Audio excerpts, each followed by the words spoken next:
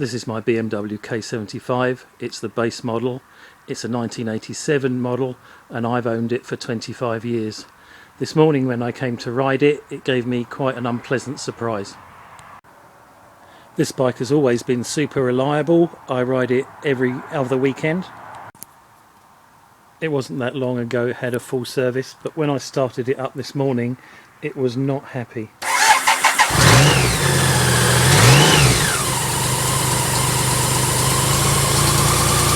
I'm twisting the throttle and it's not actually speeding up. I'm still twisting it. Well, now it's starting to pick up. That's almost full throttle and it's on 2.5, nearly 3,000. That is not supposed to be doing that.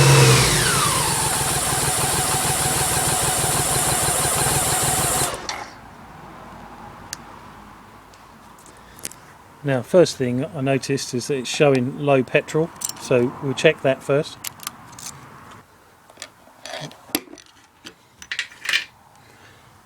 And you can actually see that the tank, although it's showing low, is about 1/3 full, and it's completely submersed the petrol pump.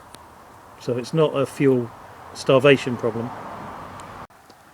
When I rode it down the road, it was gagging like hell, as though it was alternating between 2 and 3 cylinders. So I'm going to check all the electrical connections first. It's easy to get to the electrical connectors on my bike, because you can just lift the seat off,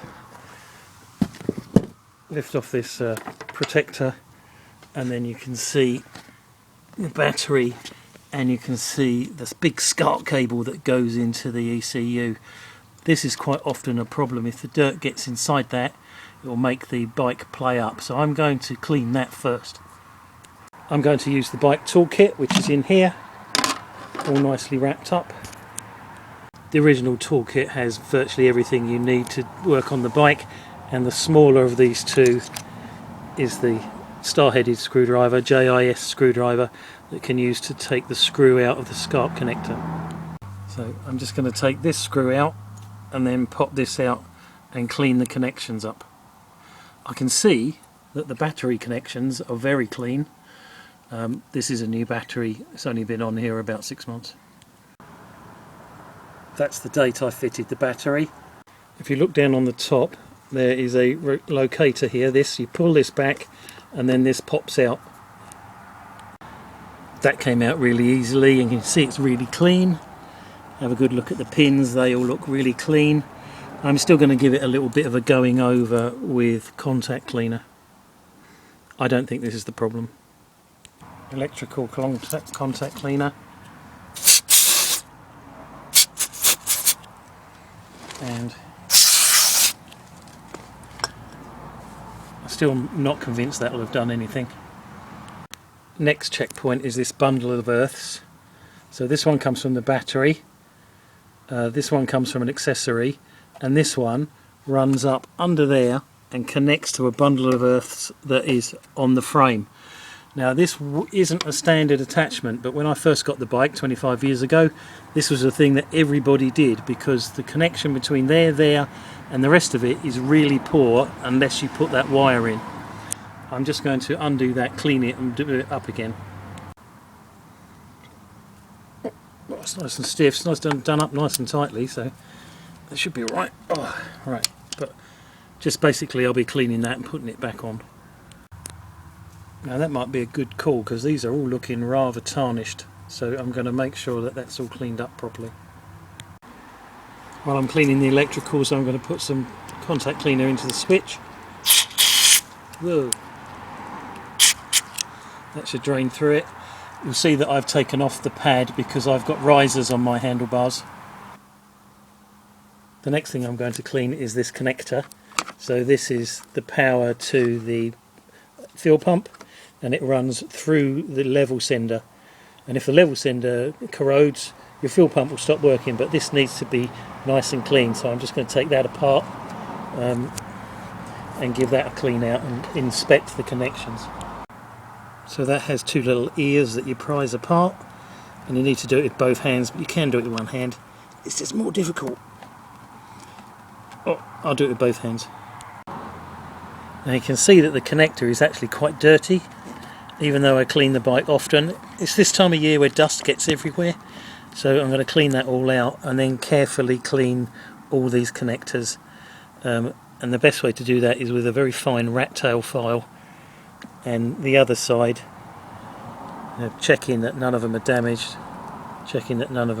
and they can be carefully scraped. You can tell that the connector's getting dirty because when you clean it with electrical cleaner, all these colours come up lovely and bright, and you can also see the dirt that's in the back of this. It needs to be carefully taken out. Probably do that with a Q-tip. The inside actually looks really good. I've actually found that a cocktail stick is better for this. You can get right in there, drag out all that dirt, loosen it all off, wash it out with contact cleaner, and then you've got a nice clean connection. That's all nice and clean, all back together, all connected up. I'm going to start the bike up again. I'm not expecting a massive change, but you never know. The interesting thing also, that was showing as low. It's not showing as low now.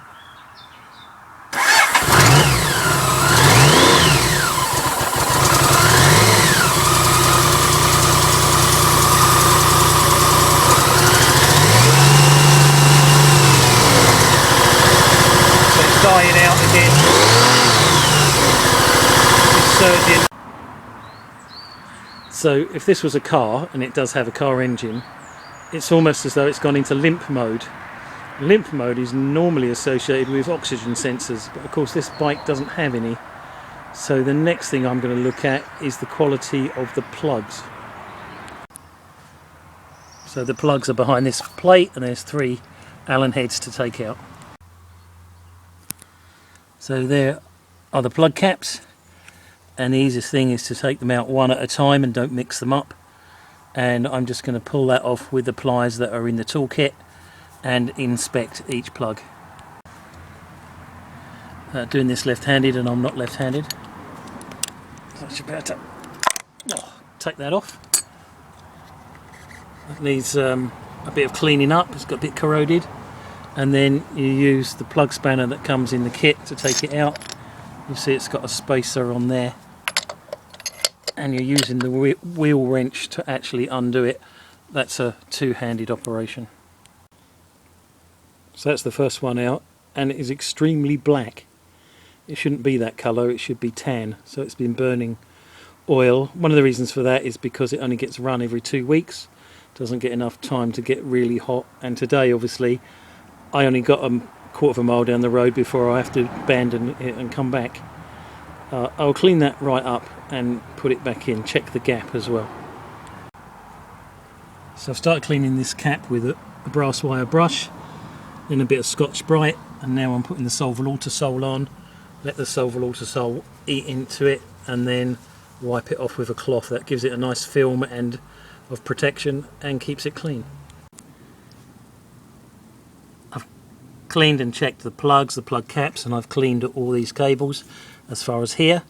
So now I'm going to take off this cover and clean all under there, make sure those connections are good. I can see some bare wires there, so I need to check that out. The last time I took this cover off was to fit this power outlet about 2 years ago, so this might be a worthwhile cleaning exercise. Well, it is looking quite grimy. There's a bit of corrosion in there. There's some corrosion in there. That needs reworking. This cradle is one of the few things that's actually failed on this bike. The original one cracked in half, and I had to replace it. I'm just taking the plastic retainer off so I can undo each one of these, just to make sure it's nice and clean. They look very tight and sound, so I'm sure they are. The HT cable itself is extremely clean and in good condition, but if you look up behind there, there's an earth there that's looking very corroded, and I've got a feeling each one has got one of these, so I'm going to clean these all back before they go back on. That's all back together, and I've heat treated and oil dipped the rusty screw. The one in the middle is for the cover plate. One of the things I've noticed while I've been going over the bike is that this little Z tube is starting to split out. You can see that, and you can see that there's actually grease or oil coming out of it. If you get a hole all the way through that, that will play hell with your timing. So I'm going to buy a new one of those. I've cleaned the connector into the ECU. I've cleaned the battery connections. I've cleaned the earth connections. I've taken the plugs out, dried them, cleaned them. I've checked the connection to the coils themselves. I've cleaned the ignition switch. I've checked that there's fuel in it, and I know that the fuel pump is running. So let's see if I've cured my problem. It starts really nicely when it's revving.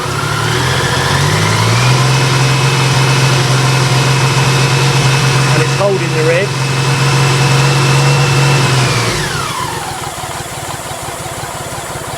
I'm going to give it a run down the road and see if that's if it's happier. When I bought my Bonneville 4 years ago, I did a deal where I was going to sell my beloved K75, but I got messed about so much that my wife relented, and instead I bought a shed to keep the bike in, and our bicycles and my Dalek. But since it's been here, there's been some problems. The front brake started to bleed and burnt a mark on there, and also not that long ago the clutch boot, which is hidden underneath there, that split again. Now I changed that about 4 years ago, and really it should last at least 10, so I'm wondering whether this is a poor environment to keep this motorbike in, which would account for the corrosion. What I do have though is a power source for a battery saver, which I connect it to when it starts to get really cold. One of the other things I've noticed since keeping it in the shed is the rust that's developed on the stainless steel exhaust. I've never had that before, but also there's rust in this core plug. I've never had that before. This is a combination of not riding the bike that often and keeping it in an atmosphere that's not really conducive. It's now a week since I cleaned up all the electrical points, and it hasn't been run since then. I've literally just got it out of the shed, so I'm going to see how well it starts.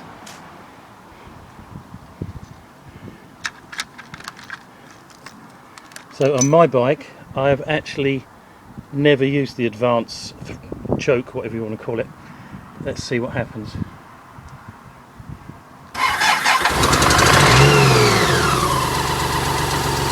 And that's lovely. That's exactly what it's supposed to do.